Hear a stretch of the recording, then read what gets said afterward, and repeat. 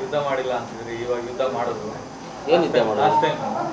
India ಪಾಕಿಸ್ತಾನದ್ದು ಏನು ಮಾಡಲಿಲ್ಲ. ಏನು ಯುದ್ಧ ಮಾಡಿದ್ರು? ಏನೂ ಮಾಡಿಲ್ಲ. ಏನು ಮಾಡಿದ್ದಾರೆ? ಸುಮ್ಮನೆ ಬೂಟಾಟಿಕೆಗೆ 4 ಫ್ಲೈಟ್ ಮೇಲೆ ಕಳಿಸ್ಬಿಟ್ಟು ಬಂದ್ಬಿಟ್ಟು ಇದು ಮಾಡೋದಾ? ಇದಕ್ಕೆ ಪರಿಹಾರನ ಇದು? 28 ಜನ ನಮ್ಮ ಭಾರತೀಯರಿಗೆ ಗಂಡಸರು ಸತ್ತರಲ್ಲ, ಆ ಹೆಣ್ಮಕ್ಳಿಗೆ ಇದೇನಪ್ಪ ಪರಿಹಾರ ಕೊಡೋದು? ಆ ಹೆಣ್ಮಕ್ಳಿಗೆ ಇದೇನೇ ನೀವು ಸಮಾಧಾನ ಮಾಡೋದು? ಆ ಹೆಣ್ಮಕ್ಳಿಗೆ ಇದೇನ ನೀವು ಗೌರವ ಕೊಡೋದು? ಏನು ಮಾಡಿಬಿಟ್ಟಿದ್ದೀವಿ? ಅಲ್ಲಿ ಹೊಡೆದ್ಬಿಟ್ವಿ, ಇಲ್ಲಿ ಹೊಡೆದ್ಬಿಟ್ವಿ.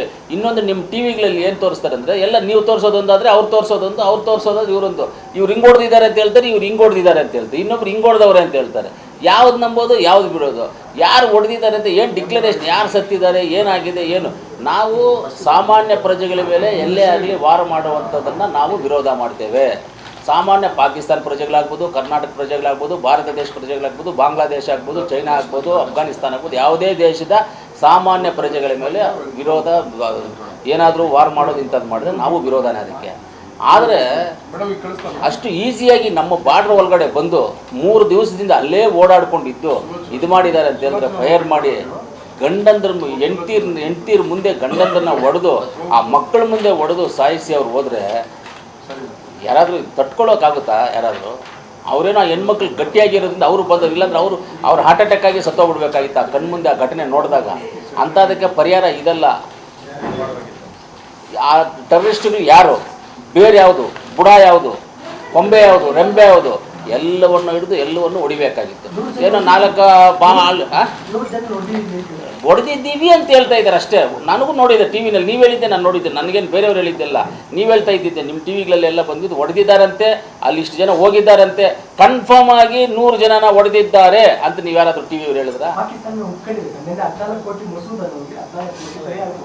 ದಫನ್ ಮಾಡಿದ್ದು ಅದು ಯಾವ ಇವತ್ತಿದೆ ದಫನ್ ಮಾಡಿದ್ದ, ಮುಂಚೆದು ಯಾವಾಗ ದಫನ್ ಮಾಡಿದ್ದಾರೆ ಅದು ನಮಗೆ ಗೊತ್ತಿಲ್ಲಪ್ಪ, ನಾವು ನೋಡಿ. ಯಾರಿಗೆ?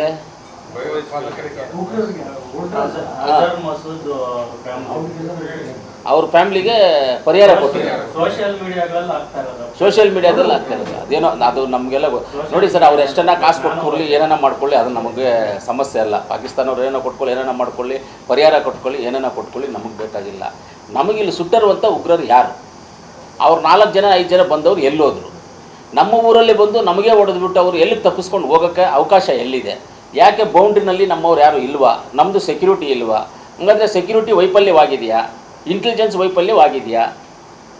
ನಮ್ಮೂರಲ್ಲಿ ಬಂದು ಹೊಡೆದ್ಬಿಟ್ಟು, ಕೋಲಾರಲ್ಲಿ ಬಂದು ಹೊಡೆದ್ಬಿಟ್ಟು ಹೋಗ್ಬೇಕಂದ್ರೆ ಕೋಲಾರ ದಾಟ್ಕೊಳ್ತಾನೆ ಹೋಗಬೇಕು. ಕೋಲಾರ ಟೌನಲ್ಲಿ ಬಂದು ಹೊಡೆದ್ಬಿಟ್ಟು ಅಂದರೆ ಕೋಲಾರ ದಾಟ್ಕೊಳ್ತಾನೆ ಹೋಗಬೇಕು.